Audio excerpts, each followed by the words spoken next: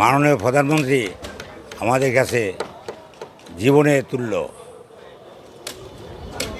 শহীদ রাষ্ট্রপতি জিয়াউর রহমানের প্রতিচ্ছবি আমরা দেখতে পাচ্ছি। যার মধ্যে শহীদ রাষ্ট্রপতি জিয়াউর রহমান যেভাবে দেশের মাটি ও মানুষকে ভালোবেসেছেন, তার থেকেও অধিকতর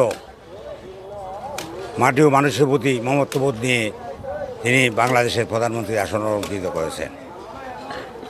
উনি চাঁদপুর আসছেন, চাঁদপুরবাসী আমরা ধন্য।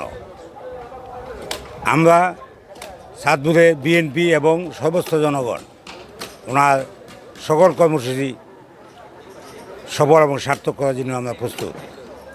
আমরা সাধারণ জনগণ, নেতাকর্মী, চাঁদপুর জনগণ আমরা খুবই আনন্দিত। আমরা নেতার অপেক্ষায় আছি। আমাদের এই শহরে অনেক কিছুই আছে, কিন্তু তারেক রহমান ভালো করেই জানেন আমাদের এই চাঁদপুর জেলায় কি লাগবে।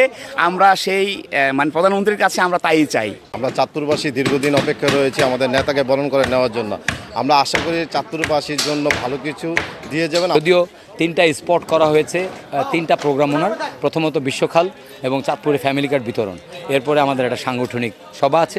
3টি জায়গায় নেতাকর্মীর ঢল থাকবে ইনশাআল্লাহ।